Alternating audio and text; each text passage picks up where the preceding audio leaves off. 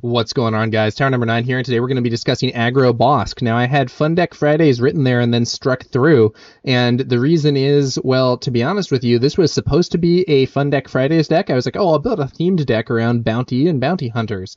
And this was supposed to be a build like that, but I actually ended up being way better than I thought. So I'm not really sure this counts as a fun theme deck. It feels like it might be a real deck. I'm not saying this is like, oh, take this and you'll immediately dominate like big tournaments. No, but there seems to be something that might be real here, and I think villain aggro might be here sooner than expected. So the core of this deck with Bossk is the bounties. So you have guild target here.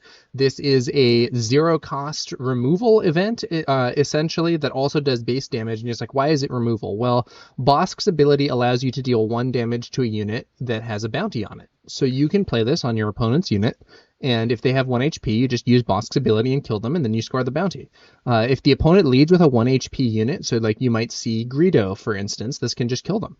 A 2 HP unit, also you can kill them across 2 turns. On the first turn, you play this on them, and then you use Bossk's ability. On the second turn, you can ping them off with Bossk's ability. Or if you have Dengar as one of your opening plays, you can play that, then put the bounty on them, and that's 1 damage, and then use the ability and take them out. And while you're doing that, you get damage to the base in either 2 damage if it's a non-unique unit once you get rid of it, or 3 damage if it's a unique unit. And if Bossk is deployed, this can be doubled for a potential 6 damage. It enables other synergies as well, and I think this is actually really strong for a 0-cost card. At least here in Bossk. I don't know that I would be running it in every other deck, but for Bossk it seems great. We have some card draw bounties. So there's 2 of these, Enticing Reward and Death Mark. So Enticing Reward is a bounty that makes it so that when the unit is defeated, you get to search the top 10 cards of your deck for 2 non-unit cards, reveal them, and draw them. And if the unit isn't unique, you have to discard one of those, but you still are often going to be drawing 2 from this. There are a lot of uniques in the game. A lot of the best cards are unique. And having a filtered draw 10 for just 1 thing is not exactly bad, especially when it enables your other synergies. Death Mark just draws 2 cards and doesn't have this unique yet non-unique stuff to consider. So you can actually draw 4 cards with either of these if you use Bossk. When you have him deployed, he has the ability to double a bounty, and drawing 4 cards off of a Death Mark, or triggering Enticing Reward twice is you often feel like you're good on cards for the rest of the game. Now, I will say, if you trigger Enticing Reward twice, it's important to note that you search the top 10 for 2, reveal them, and draw them. Then you put those cards in the bottom of your deck, and you search your top 10 for another 2. You do not take 4 out of the initial top 10, and this makes doubling it with Bossk significantly better, because it would allow you to, by doing it this way, you don't have to have 4 non-units in the top 10 to get the maximum value. You get to do 2 different searches. And this card draw works well with the cheap cards that are in the build by allowing you to sort of flood a bunch of stuff onto the field. And like the guild target shown earlier, this can also actually be removal, because you're using this with Bossk's ability to enable those pings and potentially pick off an opposing unit. So really good overall. We then have several combo cards to exploit these bounties. So Dengar, I already discussed a bit. He makes it so that when you play an upgrade on a unit, you can damage that unit. So you can play Dengar and then throw a bounty onto an enemy unit, deal 1 damage, use Bossk's ability, that is another damage. The Chain Code Collector here is a 4-cost 4/2 ambush unit, and if the defender has a bounty, it gets -4 power. This means that the Chain Code Collector can attack into units while taking no damage if they have a bounty on them and they have 4 or less power. This is really useful. You can use this on leaders, you can use this on sentinels, you can use this on basically anything that you can get a bounty onto. It also has this, it's worth noting that if your opponent has units with built-in bounties, the Chain Code Collector's ability is always on, even if you didn't upgrade it. And then on the right here we have the Punishing One, Dengar's Jump Master, which is 3 for a 3/4 in space, already pretty decent. And when an upgraded enemy unit is defeated, you may ready this unit, use this ability only once each round. That's a really handy little ability that allows you to make multiple attacks, or play it and then attack later in the turn, or similar. And in general, being able to ready a unit and attack again can be very strong. So those are some of the ways that you have to exploit bounties. They aren't all of them, just some ones that I've highlighted here. Django Fett is also in there, for instance, and he has an ability that benefits from bounties. So here is the deck list as a whole. And so we have a few small units. We have Greedo, Dengar, Wolf, and Kylo's TIE Silencer. I'll talk a bit more about Wolf later.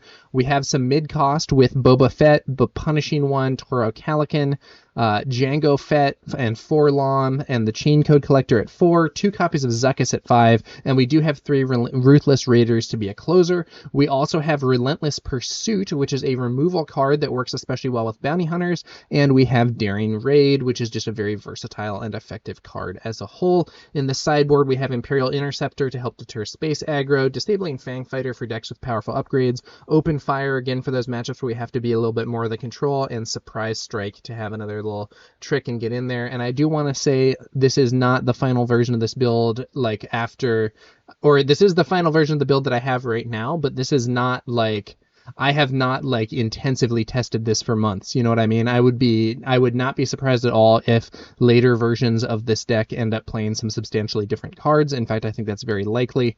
But this deck has been doing pretty well for me, so I figured I would share it in its current state.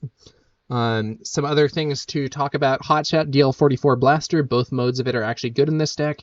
So a lot of times people are playing this card in a deck that might not even have aggression. It might only have cunning, and they're only playing it for the smuggle text. This deck is a little different. In this deck, you can actually use both of the modes very effectively. Giving Toro Calican this weapon can be great when you hit your card draw combos, and you just drew 4 cards off a death mark or whatever. You can just play this for 1 and help get some of the cards from your hand onto the board. I probably smuggle this most of the time, but not always. Sometimes I play it on Toro or Bossk or whatever it is. And the red-yellow aspect flexibility is nice, and I'm currently running this main deck over Surprise Strike. I do have a Surprise Strike in the sideboard, but I like the flexibility of this card and the ability to resource it earlier for that card advantage. I think it's quite a strong one. So then Ruthless Raider, I want to emphasize, this is your closer card in space. So this was already a really good card in villain decks that weren't really aggro. And I think it's an excellent card for this type of build. Guaranteed base damage gives you some reach. Damage to enemy units at the same time is really good. I think this is going to be a staple card for villain aggro for quite some time because it was already good, and in an aggro plan it's just even better. It's excellent against the new 3/2 space units. If someone's using, Kylo's TIE Silencer, you can just pick it off. One important thing to note though is that it cannot get Lurking TIE Phantom with the when played when defeated effect, because that effect is a card ability and the Lurking TIE Phantom does not take damage from that. I think that sometimes I forget that Lurking TIE Phantom works against abilities on units. It's important to remember that it's not just resistant to damage from events, it's resistant from damage from unit abilities as well, and as a result that's not going to be a good answer. Now of course you can attack into the Lurking TIE Phantom and clear it just with a normal attack, but the when played when defeated isn't sufficient. So that's an important thing to note for this build. And then I lastly want to address Wolf. So why main deck Wolf? I know Wolf is not necessarily the most played card. I actually am a big fan of Wolf in the current environment because there's a lot of healing right now.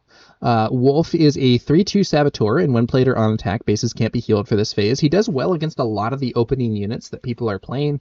And healing suppression is just really good against Ray decks, against the client. I think that the Saboteur and anti-heal that you get here is better than what you get out of a Viper Probe Droid in a deck that doesn't have Imperial synergy. Viper Probe Droid is 2 for a 3/2 and it sees your opponent's hand when you play it. That's kind of the other main like 2-cost like gap filler type unit that we see in some of these villainy decks, but I currently like Wolf more for an aggro build that's a little worried about opponents having a bunch of healing. I could see an argument against this, seeing your opponent's hand is cool, but this has been working well for me. I don't know whether the healing is going to stay in the meta that much. I think that I know there's been kind of a move towards Kira compared to the old Krennic or Iden decks for blue-green villain soft control. And I think that Kira doesn't have as much healing. Wolf is much better against Krennic than he is against Kira. And so, we'll have to see, but at least right now, still seeing the Ray decks, still seeing a fair amount of Restore, and this is good against that, helps against Vigilance, helps against a, make an opening type stuff.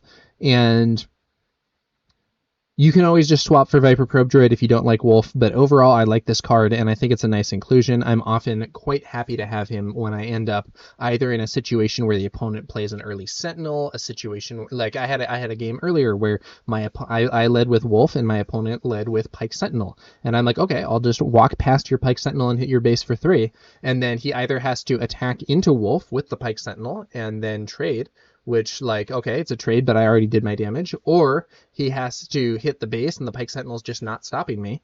You know, it's a cool thing to have, and like I said, you can always swap it for Viper Probe Droid if you don't like Wolf. Overall, I do like this card though, and I think against some of the healing stuff and shields and sentinels, he can be very nice to have.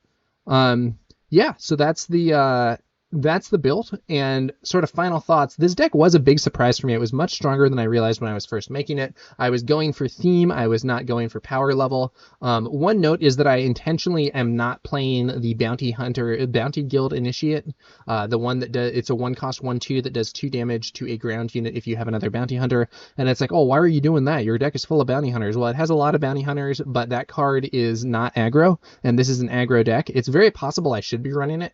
But I was testing it for a bit and I just wasn't that thrilled with it because this deck wants to be more aggressive than that. Now, maybe I'm wrong. You know, maybe that should be in there. I think you could try and find a space for it for sure. Like I said, this isn't the final version, but I thought like playing the aggro game plan here was pretty effective, and purportedly set 3 is going to have more villain aggro options. I feel like we're already kind of at a state where villain aggro is sort of real though. Relative to other aggro decks, this is, I would say this doesn't have the same pure speed as like Sabine, but it has substantially more removal and draw options, which can be handy in certain situations. You know, if you wind up against one of those people that's trying to like pillage you and stuff, you have a lot of potential outs with card draw from Django Fett, from the 2 draw bounties. You have the Kylo's TIE Silencer, which you can discard and then play anyway.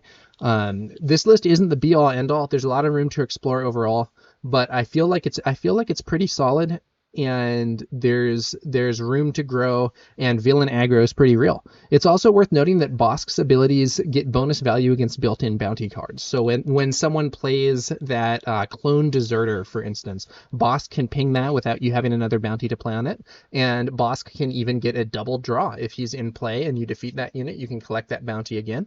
So, you know, that seems pretty good, and I have seen a fair number of built-in bounty units getting played, especially the what's that guy, the clone deserter, the 2/3 heroism ship for 1, the Hylabon enforcer. I don't know if that's the right name for that. The 1-cost 1/4 with grit and bounty.